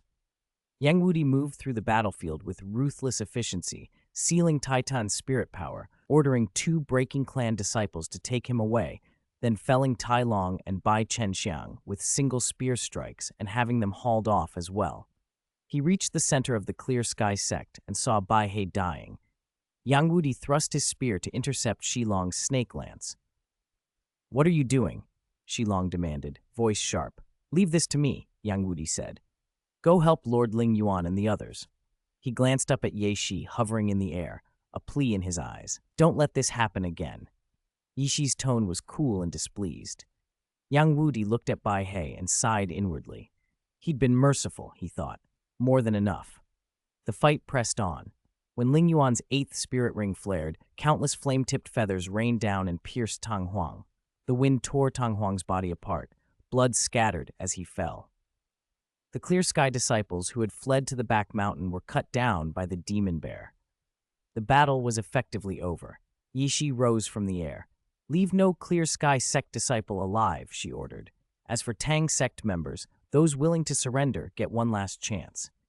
She then settled down on a rooftop. Ling Yuan, the ghost leopard, the demon bear, Dugubo, and the others began to handle the aftermath. The sky lightened, but no sun broke through. Thick clouds held the sky in gloom, and a fine rain began to fall. Ling Yuan opened an umbrella and came to Ye Shi's side. "The fighting's over, young miss," he said softly. "Let's return to Frost Snow Pavilion and tally the final losses." "All right," Ye Shi replied. "After the reckoning, have Yang Wudi come see me." Ling Yuan delivered the order by sound transmission, then followed her back to Frost Snow Pavilion. Inside Frost Snow Pavilion, Ye Qingsui had already organized medical care and prepared pensions for the families of the dead. Guards remained busy as Ye Shi and Ling Yuan returned to find things in order, then made their way to the back hall. By 9 in the morning, the inventory was complete. The Clear Sky sect had been wiped out. Only about 1 in 10 members of the Strength and Speed clans remained. Those survivors were taken by Yang Wudi back to the Breaking Clan. Dragon Duke Meng Shu and Snake Lance Douluo Chao Tianxiang had surrendered to Frost Snow Pavilion. In a single night, the vast Clear Sky sect was annihilated, and news of its fall spread across the continent with terrifying speed. Once formalities were concluded, Ye Qingshui and Yang Wudi came to the back hall. Ye Qingshui reported Frost Snow Pavilion's gains and losses. Yang Wudi knelt on one knee before Ye Shi. Ye Shi listened to the report but remained silent before finally speaking. "As you said before, they must not leave the Breaking Clan," she said to Yang Wudi.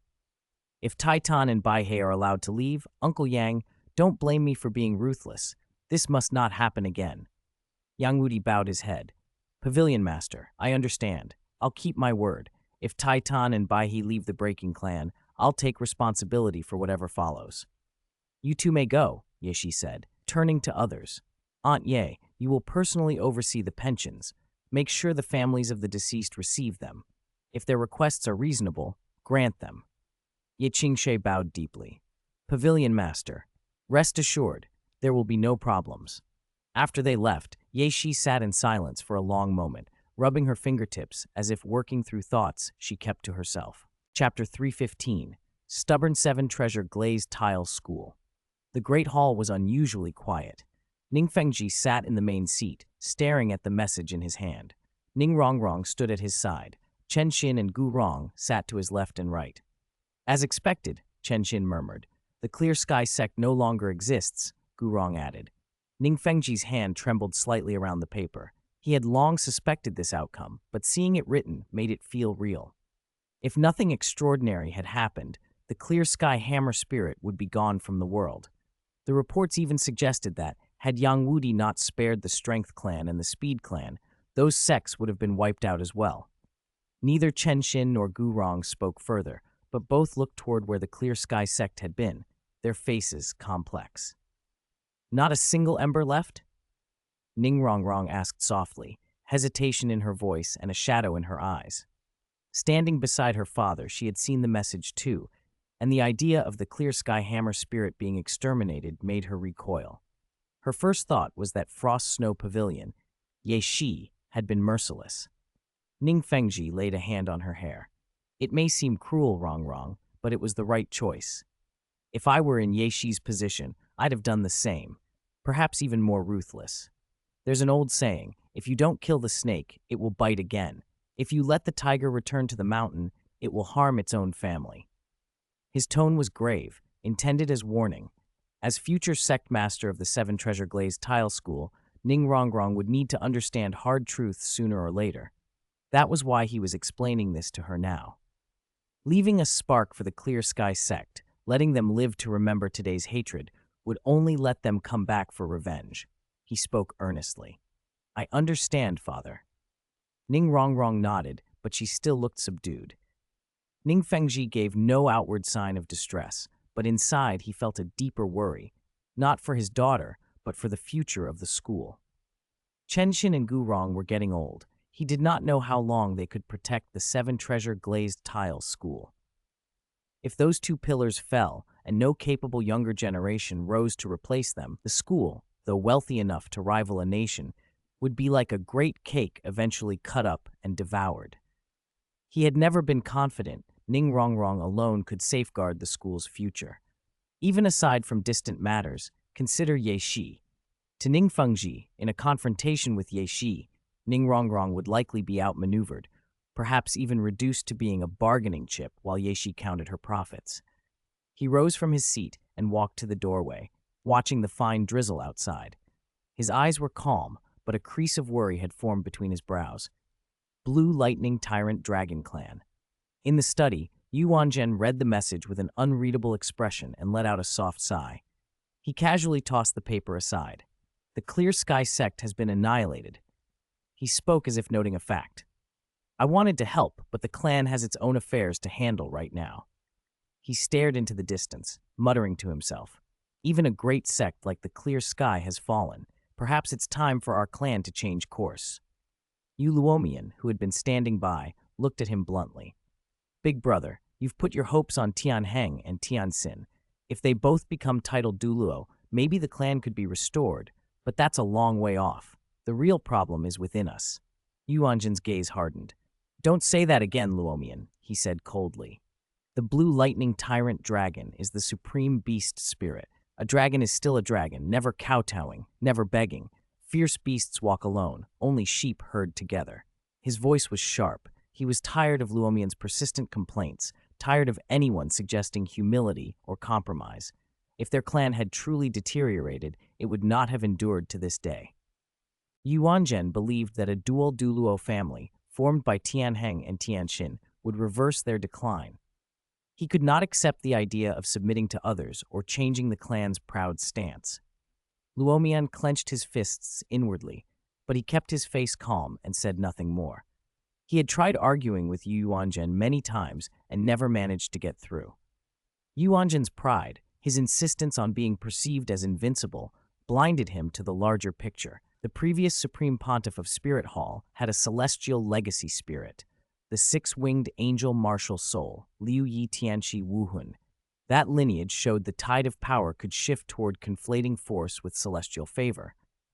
Luomian knew all this, but could not make his brother see it. Yu Yuanzhen waved him off. Understanding the gesture, Luomian rose and left the study in silence. As he closed the door, he exhaled a long sigh and lingered a moment looking back. If we keep following his path, the clan will be finished, he muttered. Tianheng is too much like him. I can't change that. But I must think about Tianxin. I have to find a way for Tianxin to survive. Resolving himself, Yu Luomian quickly changed direction and headed toward Yu Tianxin's residence on the west side of the clan grounds. Before long, he stood at the gate of Tianxin's courtyard, determination in his eyes. End of chapter. Chapter 316, Yu Tian misunderstood. Yu Luomian reached out and knocked on Yu Tianxin's door. A moment later, the door opened and Yu Tianxin appeared. Grandpa, what brings you here? Yu Tianxin blinked at the sight of his grandfather standing on the threshold. Tianxin, I came to talk to you about something. Yu Luomian stepped into the courtyard. What is it, Grandpa?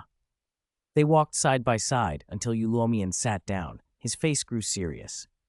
Tianxin, you're not a child anymore. You're only a few years younger than Tianheng. You can't stay at Thunder Academy forever.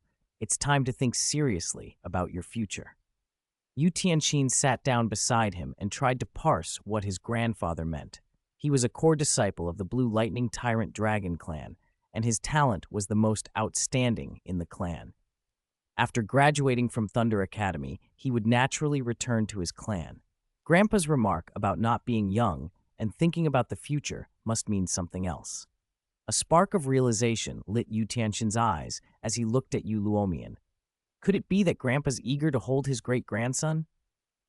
If it's about that, you could have just said so, Yu Tianxin said, straightening up with a look of understanding. Yu Luomian nodded, pleased that his hint had been taken. He eyed Yu Tianxin in the same way he did Yu Tianheng. Both grandsons were arrogant in their own way. So tell me, who are you thinking of joining? Frost Snow Pavilion, perhaps? Yu Tianxin's surprise turned to delight. Frost Snow Pavilion? Don't tell me you mean Ye Shi, Yu Tianxin said, incredulous. Of course I mean Ye Shi, Yu Luomian replied. He couldn't see why his grandson was so shocked. Joining Frost Snow Pavilion would secure a good position and under the pavilion's structure that meant working under Ye Shi. Yu Tianxin leaned in, lowering his voice. But Ye Shi has close ties with the Tiando royal family. She's practically becoming the crown princess. Isn't that a problem? Yu Luomian stared at him. What does that have to do with you joining Frost Snow Pavilion? You mean you're proposing marriage for me? Yu Tianxin's expression turned blank. Yu Luomian slapped the back of his head lightly. How could you think that? I'm not even qualified to be their doorman, much less to propose marriage on their behalf. My plan is simply for you to join Frost Snow Pavilion.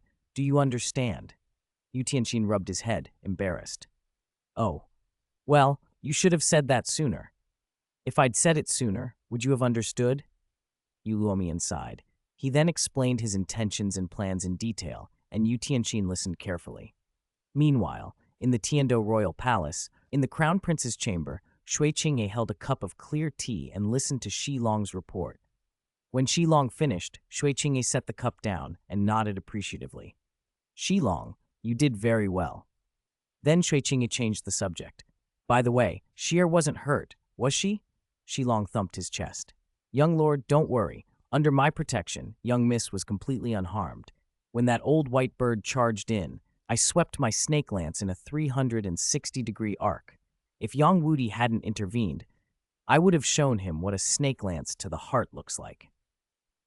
Shi Long's tone was deadly serious.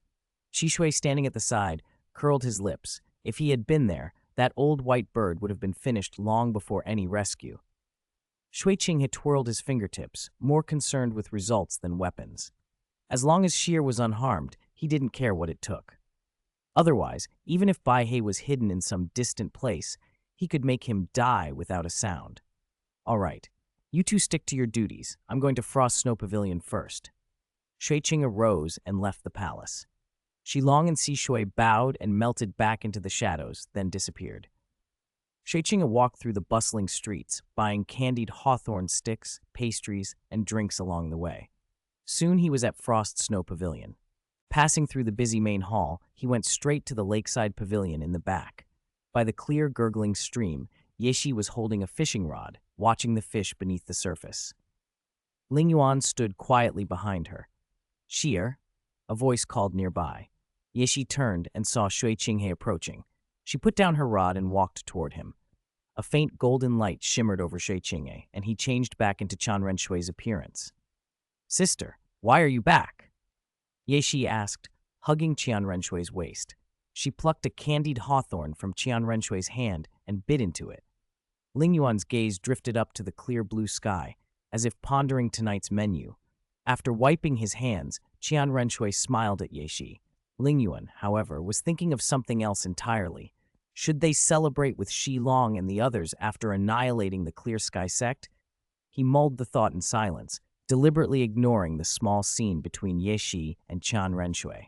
Chapter 315, Utmost Benevolence and Righteousness.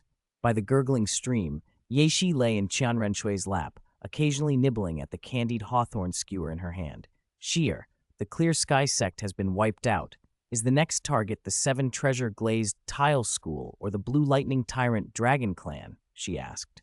Qian Renshui reached out and wiped the corner of Yeshi's mouth, a hint of curiosity in her eyes. "Neither." Yeshi sat up and shook her head. "Right now, neither the Seven Treasure Glazed Tile School nor the Blue Lightning Tyrant Dragon Clan are our best options. So after I finish settling matters at the Frost Snow Pavilion, I plan to take Zhuqing to the Star Luo Empire." Qian Renshui stroked Yeshi's hair and fell silent in thought.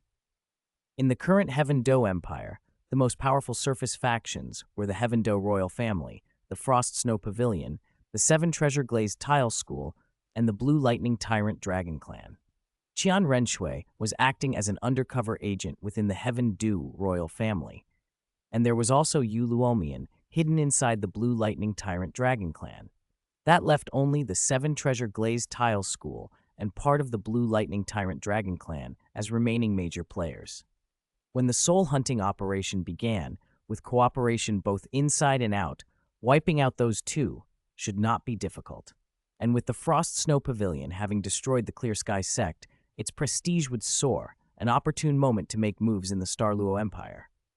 "Do you have confidence?" Yeshi asked. "If not, don't take the risk," Qian Renshui warned, watching her closely. "I'm 70% confident," Yeshi said. "Then I'll evaluate the situation first when the time comes before deciding." If it's not feasible, don't force it." Qian Renshui hugged Yeshi's waist, inhaling the faint fragrance that lingered. "Sister, didn't you say you'd offer the entire Heaven Do Empire as a betrothal gift? Then I should at least offer the entire Star Luo Empire as a dowry in return, shouldn't I?" Yeshi said, half teasing, half serious. Qian Renshui smiled and tapped Yeshi's forehead with a slender finger. Nearby, Ling Yuan stood not far off, pretending to gaze at the sky, but quietly pricking up her ears to catch every word.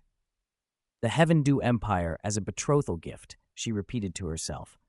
"The Star Luo Empire as a dowry in return. That has to be the most extravagant betrothal and dowry I've ever heard of." At the Breaking Clan's residence, in a heavily guarded room, Tai Tan lay on the bed with vacant eyes, as if he had lost all faith. If one looked closely, there were faint traces of tears in his tiger-like eyes, perhaps grief for the Clear Sky sect's destruction, worry over Tang San's uncertain fate, or sorrow for the fallen members of the Strength Clan. The door opened and Yang Wudi entered, carrying a jar of fine wine. He glanced at Tai Tan, then set the jar on the wooden table. "Old orangutan," he began. Before Yang Wudi could finish, Tai Tan stirred and, like an enraged beast, lunged at him. Yang Wudi sidestepped and landed a heavy blow to Tai Tan's abdomen. "Old orangutan, calm down. Tang Hao is already gone," Tai Tan spat. "Tang San's fate is unknown, and the Clear Sky sect has been annihilated," Yang Wudi continued evenly. You need to think about our clansmen now. Your son Tai Nuo and your grandson Tai Long are both in my breaking clan. Even if you don't think of yourself, think of them.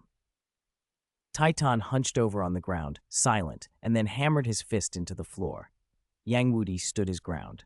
Taitan, if you insist on dying, I won't stop you, he said. But I promised the pavilion master that if you stepped out of the breaking clan's residence, I would take care of whatever followed. I saved your life, your son's and your grandson's lives, and the rest of the clansmen during the battle. That should count as the utmost benevolence and righteousness. Their futures are now in your hands. When you've made up your mind, tell the disciple at the door. With that, Yang Wudi turned and left without another look. As his footsteps faded and the door closed, Taitan rose slowly, reached for the wine jar, and poured himself a drink. He remained silent, the light gone from his eyes. Yang Wudi walked on, hands clasped behind his back, and entered another guarded room where Bai He sat drinking heavily at a table. Bai Chenxiang sat beside him, watching him with anxious eyes. Old white bird, you seem steadier in spirit than Taitan, Yang Wudi said softly as he took a seat. Otherwise? Bai He replied with a bitter chuckle. I, Bai He, never retreated or surrendered. I did not fail the Tang sect or the Clear Sky sect. Now both the Tang sect and the Clear Sky sect have been destroyed, and less than 1/10 of the Speed clan remains. At least my granddaughter is safe. Am I supposed to drag the rest of the Speed clan to their graves with me? There was a drunken edge in Bai He's voice as he poured a cup of wine for Yang Wudi and pushed it toward him. If only Taitan had your sense. As long as you don't leave the breaking clan, you'll be safe, Yang Wudi said, lifting the cup with a sigh. I understand, Bai He murmured and nodded, appearing unexpectedly composed. Grandpa, you should stop drinking for now. Your injuries haven't healed, Bai Chenxiang urged, worry in her voice. Bai He's previous wounds had been severe. Without Yang Wudi's timely arrival, he might have fallen within the Clear Sky sect. It's fine, Bai He waved her off. Old Goat is skilled in alchemy. Have him prepare some healing medicine. He took another swallow. There's plenty of medicine. Healing supplies are not something the breaking clan lacks. Yang Wudi waved his hand lightly. Then the three of them sat like ordinary old men, drinking and reminiscing about the past. Night fell unnoticed. Both Bai He and Yang Wudi became drunk. Bai He was helped to bed by Bai Chenxiang, and Yang Wudi staggered out of the room and made his way back to his own residence. Chapter 318, Blood Debt Must Be Paid with Blood. Late at night, a cold breeze stirred the ruins. In front of the shattered Clear Sky sect, a lone figure in shredded clothes, staggering slightly, stared at the wreckage. His eyes flashed blood red. It's gone. Everything's gone. I only just escaped the Stardew Great Forest with my life. My father's killer still hasn't been avenged. The Tang sect I built is gone. The Clear Sky sect is gone. Moonlight fell on him. If Ye Shi were here, she would have recognized him at once. Tang San. Blood stained his clothes. The wounds had scabbed but still ripped open when he moved. Titan Giant Ape, Sky Azure Bull Python, Xiao Wu, and Ye Shi of the Frost Snow Pavilion. One day I will make you pay in blood. Cold, killing intent spread through Tang San's eyes. He tapped a spirit tool at his waist and retrieved a token engraved with the character Saint and an ancient-looking book. His gaze drifted slowly toward the far north. Clutching the token, his steps wavered, and then he vanished into the moonlight, as if he had never been there. Morning. The streets were busy. Yu Tianxin carried gifts and followed Yu Luomian toward the Frost Snow Pavilion.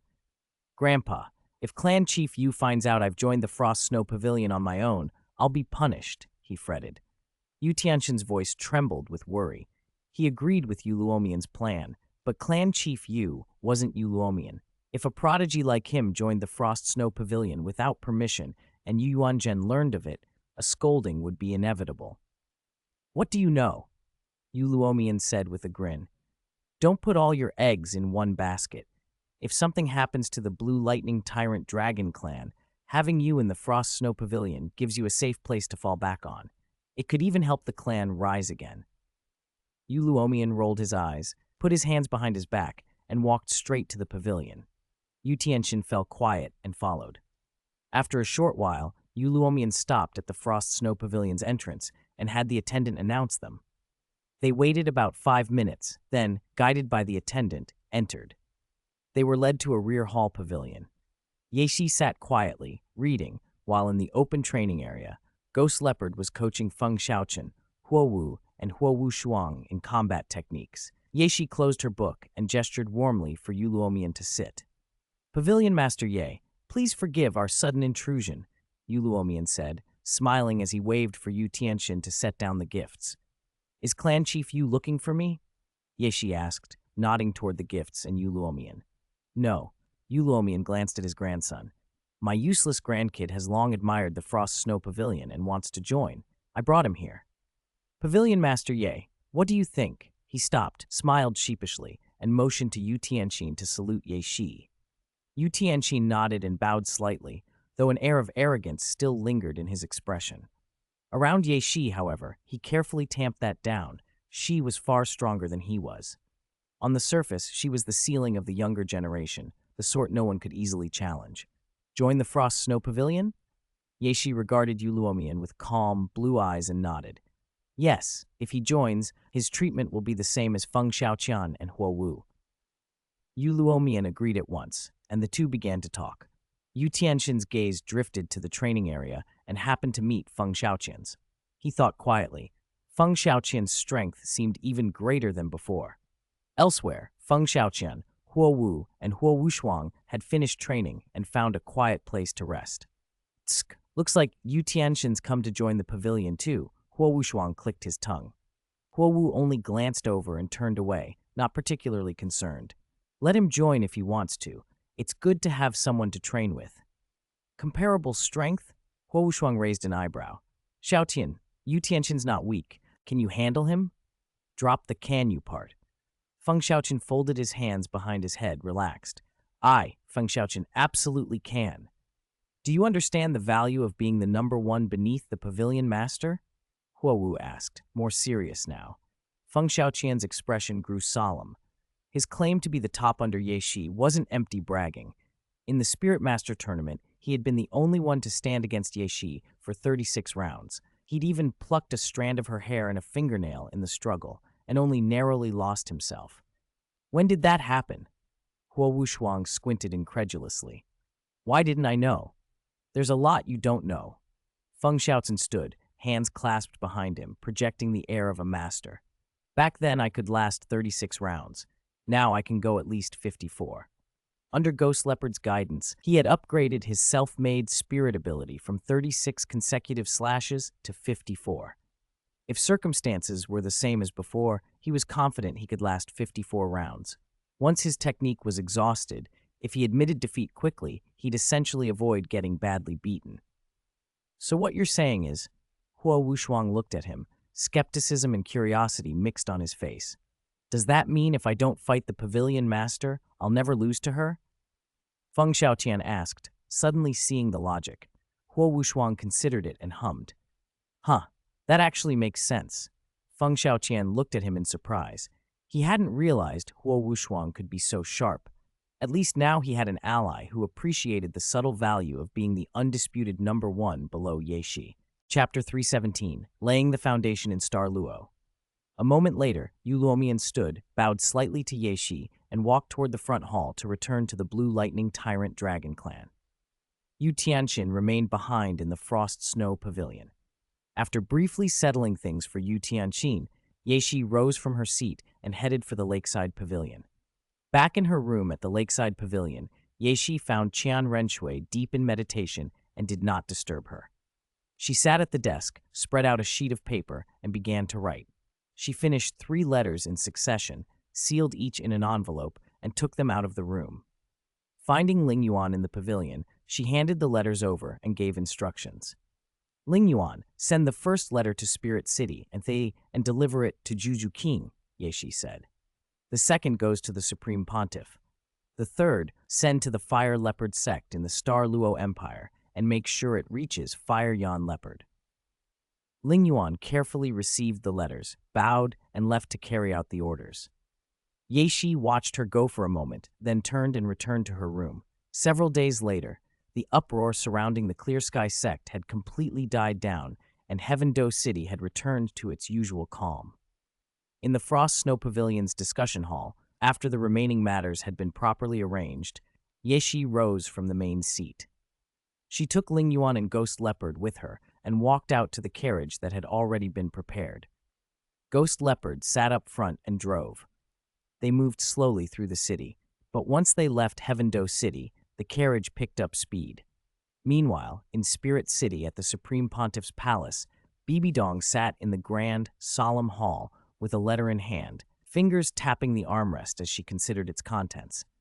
The task Black Sesame Tang Yuan wants to accomplish seems difficult, she murmured to herself. One fire leopard sect might not be enough. Time to activate another hidden piece. She looked down to Gui Mei and Yue Guan. At her gaze, both of them dropped to one knee. Supreme Pontiff, they said. Bibi Dong raised a hand. Gui Mei, go to the academy and bring Zhu King here. Yue Guan, send a message to the Wind Sword sect. Tell Wind Bailong to assist Black Sesame Tang Yuan. Yes, Supreme Pontiff, they replied, and immediately moved to carry out her orders. Bibi Dong rested her arm on the chair and closed her eyes, waiting. Gui Mei soon returned with Zhu King. Bibi Dong's eyes opened at once, and she regarded the girl before her. Compared to the Spirit Master Academy tournament, Zhu King had improved dramatically. Her spirit power rank had already reached 48. Supreme Pontiff, Zhu King said, bowing deeply, voice full of respect. Though she had once been unsettled to learn that Ye Shi was affiliated with Spirit Hall, she had since accepted it. Life at the Spirit Academy felt far superior to Shrek Academy. Better instructors, greater knowledge, richer resources. It was, in every way, a clear victory. Bibi Dong gave a small cough and smiled. Black Sesame Tang Yuan sent you a letter. You received it, right? Zhu King straightened, a little puzzled by the nickname. Ahem, it's Sheer, Bibi Dong added with a soft laugh. She'd grown used to calling Ye Shi Black Sesame Tang Yuan when she wasn't around, and it still felt natural. Received it, Zhu King said, nodding. Good. Bibi Dong signaled for Zhu King to rise. Pack your things and head to the border of the Heavendo Empire. Wait there for Sheer and the others. You'll be traveling to the Douluo Empire. Sheer will help resolve the matter of your engagement with the Douluo Empire.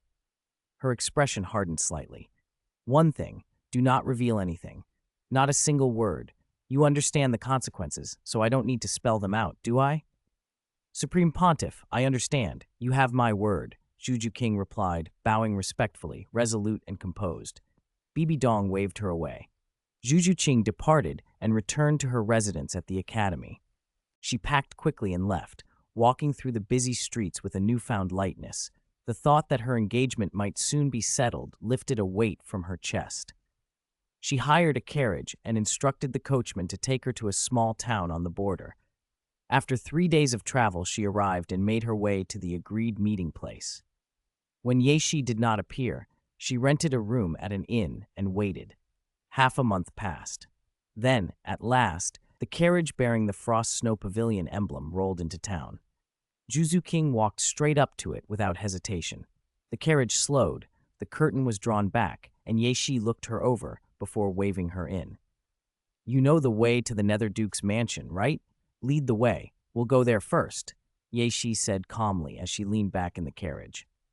Pavilion Master, my father is terrified of the Douluo Empire's Your Majesty, Zhu King replied.